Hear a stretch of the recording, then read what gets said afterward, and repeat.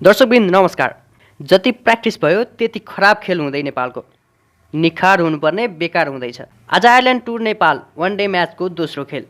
नेपाल एले निकै खराबीपूर्ण ढङ्गले हार बेहोरेको छ।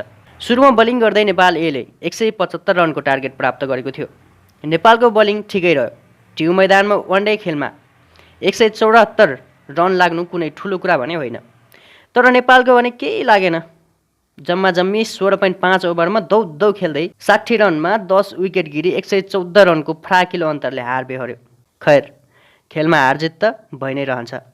उता इन्डियामा एसएमएस फ्रेन्डसिप कप खेल्न गएको टिम नेपालले पनि आज बरोडा विरुद्ध सुरुमा बलिङ गरेको छ।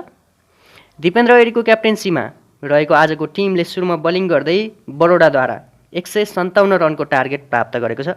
बाँकी खेल कसले जित्छ त्यो केही बेरमा थाहा हुने नै छ। क्रिकेटसँग सम्बन्धित जानकारीका लागि च्यानलमा जोड्दै गर्नुहोला। धन्यवाद। नमस्कार।